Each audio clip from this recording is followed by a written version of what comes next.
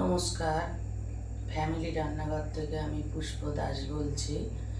আজ আমি আপনাদের একটা বাসক পাতার সিরাপ করে দেখাবো। হ্যাঁ, দেখুন, আমরা অনেকেই আছি দীর্ঘদিন খুব পুরনো সর্দি কাশি এবং অ্যাজমায় ভুগছি। সেই পুরনো সর্দি কাশির জন্য আমি আপনাদের আজকে একটা সিরাপ বানিয়ে দেখাবো। এই সিরাপটা কিন্তু এখন নতুন বর্ষা শুরু হয়েছে, তো এই এখন থেকে বানিয়ে যদি আপনারা সারা শীত একভাবে টানা খেতে পারেন, অবশ্যই আপনাদের অনেক উপকার পাবেন, পুরনো সর্দি চলে যাবে। আমি নিজেও একটু নিউমোনিয়ার পেশেন্ট। আমি হোমিওপ্যাথি ডাক্তারবাবুর ওষুধে অবশ্যই আমি অনেক ভালো আছি, তবুও ঘরোয়া ট্রিটমেন্টটাও আমি করি। তাই আমি আপনাদের এই সিরাপটা করে দেখাচ্ছি। এটা বানাতে লাগছে, দেখুন, এই বাসক পাতা, এই রাম তুলসীর পাতা, এটা রাম তুলসীর পাতা, তেজপাতা অনেকটা করে পরিমাণ নিয়েছি, কিন্তু জ্যৈষ্ঠ মধু, এটা হচ্ছে কাবাব চিনি, দেখুন লবঙ্গ, হচ্ছে তাল মিছরি, এই আদাটা দিলাম।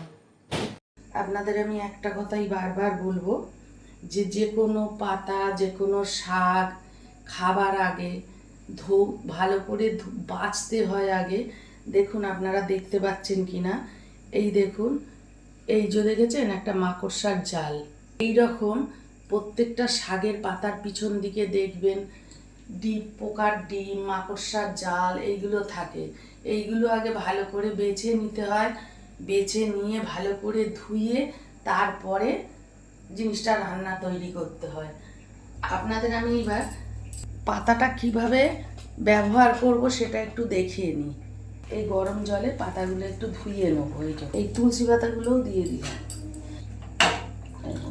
যে কোনো শাক কাটার পর একটু গরম জলে অবশ্যই ধুয়ে নেওয়া উচিত। খুব কাশি হয়েছে, কিছুতে কাশি কমছে না, বুকে ব্যথা হয়ে যাচ্ছে, তখন আপনারা এই কাজটা করবেন। একটা তেজপাতা এর সঙ্গেই দেখিয়ে দিচ্ছি আমি, এই রকম রোল করবেন।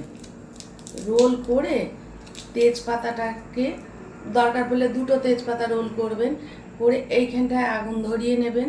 নিয়ে যেরকম ব্যাটা ছেলেরা যেরকম বিড়ি খায়, এইভাবে ধোঁয়াটাকে ভিতরে টানবেন, টেনে ঢুক ঢুক করে ধোঁয়াটাকে গিলে নেবেন।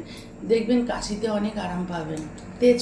তেজপাতা দিয়ে দিলাম, রাম তুলসীর পাতা দিয়ে দিলাম, কাবাব চিনিটা দিয়ে দিলাম, এই তাল মিছরিটা দিয়ে দিলাম, লবঙ্গ দিয়ে দিলাম, বাসক পাতাগুলো তো করতে কিন্তু খাটনি নেই। এইবারে দেখুন, আদাটাকে আমি থেতো করে নেবো। এই থেতো করা আদাটাও কিন্তু আমি দিয়ে দিচ্ছি। এটা জ্যৈষ্ঠ মধু,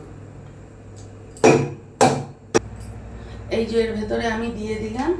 ওটাকে এখন আমি একদম ঝিম আছে, ওটা ফুটতে থাকবে। ফুটে ঠিক এতটা মতন জল হবে। হবার পরে যেদিন করলেন সেদিন একটু কালারটা হালকা থাকবে। আর প্রত্যেক দিন আপনারা কিন্তু এটাকে ফোটাবেন। যখন দেখবেন শেষ হয়ে এসেছে, তখন ওই ভিতরের পাতা ফাতাগুলো চিপে জলটা বার করে খেয়ে নিয়ে আবার নতুন করে হাঁড়িতে বানিয়ে রেখে দেবেন। প্রতিদিন এইটুকুনি করে সকালে একবার বিকেলে একবার খাবেন। দেখবেন যদি উপকার না পায়, দীর্ঘদিনের পুরনো কাশি সর্দি অনেক আরাম পাওয়া যায় ভীষণ। তবে এক টানা খেয়ে যেতে হবে। এই বর্ষার সময় শুরু হয়েছে, শীতে লোকে ভীষণ কষ্ট পায়। এই এখন থেকে খাওয়া শুরু করবেন। একেবারে যত শীত যত দিন না যাচ্ছে, আপনার সর্দি কাশি না কমছে, একটু একটু করে খাবেন, দেখবেন অনেক উপকার পাবেন। তবে ঠিক এইভাবেই জিনিসটাকে বানাবেন। আর সিদ্ধর পরে আবারও বলছি, আপনারা লক্ষ্য করবেন যখন হয়ে যাবে ঠিক এই রকম রং আসবে। দেখুন, আমি এইটা ফোটাতে দিয়েছিলাম বাসক পাতার সিরাপটা, ফুটে অলরেডি এতটা জল কমে গেছে। এটাকে কিন্তু আপনারা এই অবস্থাতেই কিন্তু এটাকে আপনারা রেখে দেবেন। কেন জানেন? এটাকে আস্তে আস্তে ভিজে ভিজে এইটাকে তুলে এখন আপনি খেতে পারেন সিরাপের মতন।